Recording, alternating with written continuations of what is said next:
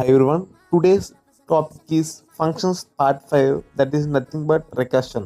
అయితే ఇక్కడ మనం ఒక రియల్ టైమ్ ఎగ్జాంపుల్ తీసుకుందాం. మనం ఒక ఫ్లోర్ నుంచి ఒక ఫ్లోర్కి త్రూ స్టెప్స్ అనేది దిగుదాం. సో ఒక ఫ్లోర్ నుంచి ఇంకో ఫ్లోర్కి 10 స్టెప్స్ ఉన్నాయనుకుంటే మనం ఈచ్ స్టెప్ దిగితేనే కదా మనం గోల్కి అనేది మనం రీచ్ అవుతాం. సో ఇలాగే ఫంక్షన్స్లో కూడా లార్జ్ ప్రాబ్లమ్ని పార్ట్స్ కింద డివైడ్ చేసి సాల్వ్ చేస్తే దాన్నే రికర్షన్ అంటాం. సో ఇప్పుడు ఒక ఎగ్జాంపుల్ తీసుకుందాం.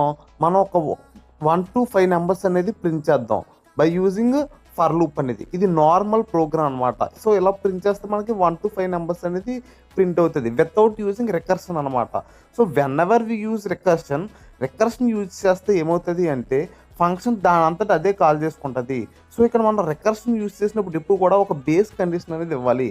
సో ఎప్పుడైతే మనం బేస్ కండిషన్ ఇచ్చామో అప్పుడు మాత్రమే ఫంక్షన్ అనేది వర్క్ అవుతుంది. ఈ ప్రోగ్రామ్ కన్సిడర్ చేసుకుంటే ఇక్కడ n-1 అన్నాం అంటే ఇక్కడ 5 నుంచి నెక్స్ట్ 4ని కాల్ చేసుకుంటుంది, నెక్స్ట్ 3ని కాల్ చేసుకుంటుంది. అలా పార్ట్ కింద ఎక్కడ దాకా కాల్ చేసుకుంటుంది, అప్ టు బేస్ కండిషన్ దాకా కాల్ చేసుకుంటుంది. బేస్ కండిషన్ అంటే 0 వస్తే మనకి ఇక్కడ బేస్ కండిషన్ అనమాట. ఇలాగా ఫంక్షన్స్ లో రికర్షన్ అనేది లార్జ్ ప్రాబ్లమ్స్ ని డివైడ్ చేసి స్మాల్ పార్ట్స్ కింద సాల్వ్ చేసి ప్రాబ్లమ్ అనేది సాల్వ్ చేస్తుంది.